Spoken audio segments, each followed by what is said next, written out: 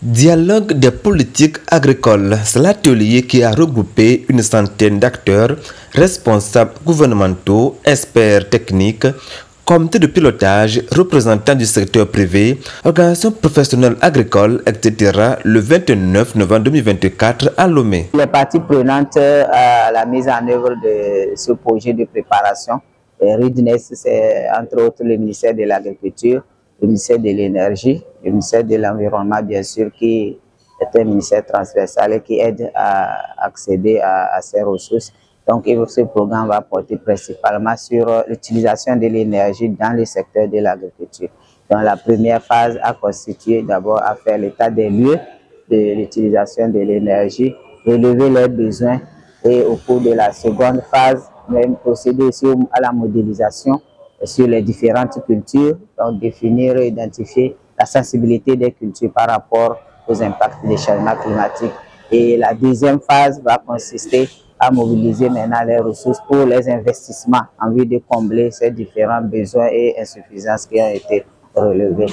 Et dans la perspective donc de contribuer à la résilience et à la durabilité du secteur de l'agriculture. Au cours de cette rencontre, le dialogue de politique a présenté les résultats de techniques avancées de modélisation climatique spécifique au Togo, explorer comment les dernières informations climatiques peuvent être intégrées dans les stratégies d'adaptation agricole et d'autres cadres nationaux de lutte contre le changement climatique. Dans le cadre de ce programme qui a couvert 23 pays, effectivement, le Togo faisait partie des 23 pays sur lesquels on a fait des analyses de faciliter la mobilisation des fonds. La première étude concernait l'analyse des risques climatiques.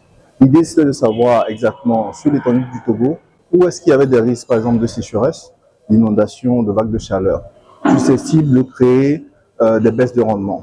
Donc ça, c'était la première étude. Et la deuxième étude a concerné, en fait, de quantifier l'impact des changements climatiques sur les productions agricoles, notamment végétales.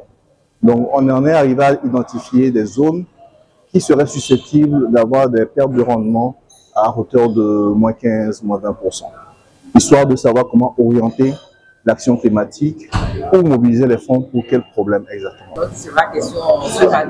Donc, dites-nous, à quel résultat est-ce que vous avez été parvenu pour que les Africains puissent facilement accéder aux finances climatiques? Alors, je suis représentant donc EY du cabinet EY. Donc de conseil, nous nous occupons plutôt de la mise en œuvre du programme au sein des 23 pays africains participants. Donc les objectifs de cet atelier dans un premier temps, c'est de présenter les résultats de la modélisation climatique donc faite par le cabinet Sustainable Solutions for Africa.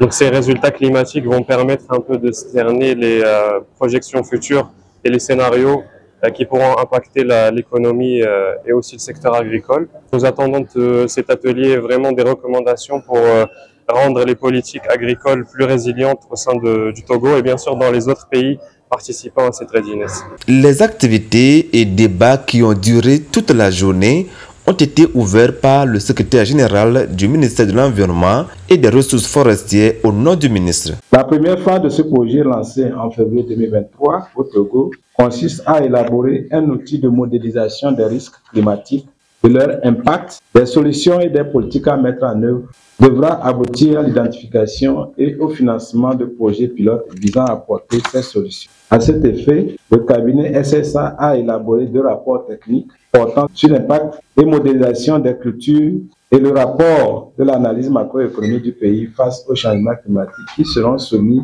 à votre analyse et validation au cours de cet atelier. C'est donc sur ces mots d'espoir que je déclare solennellement ouvert les travaux de ce dialogue politique qui se tient dans le cadre de l'atelier final de la première phase du programme de préparation Readiness multi-pays du Fonds vert pour le climat. Les résultats de ce dialogue joueront un rôle central dans l'élaboration de la prochaine phase du programme de préparation en veillant à ce que le Togo continue de s'appuyer sur les progrès accomplis pour relever les défis climatiques.